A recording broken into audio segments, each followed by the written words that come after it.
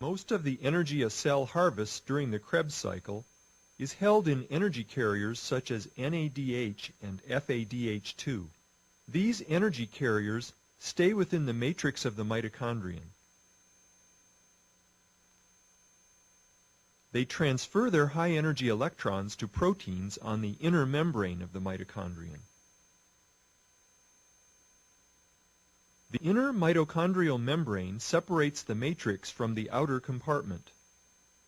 Large proteins are embedded in the inner membrane. These proteins are the electron carriers in the electron transport chain.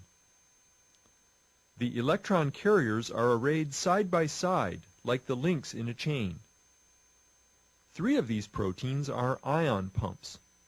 NADH transfers 2 high-energy electrons to the first electron carrier, an ion pump.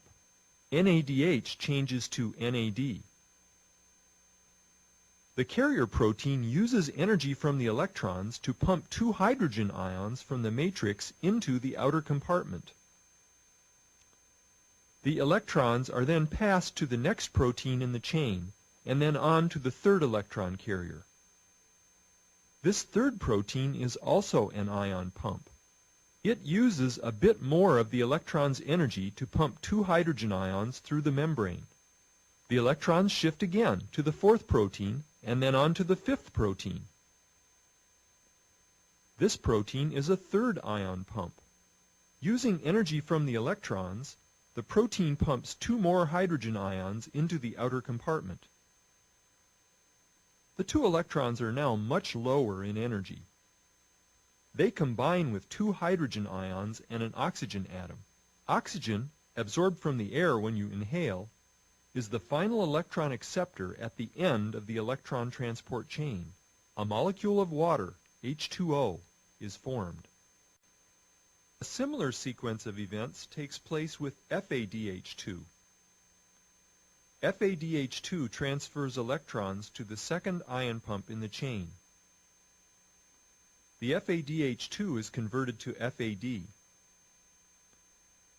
Hydrogen ions are pumped through the protein into the outer compartment.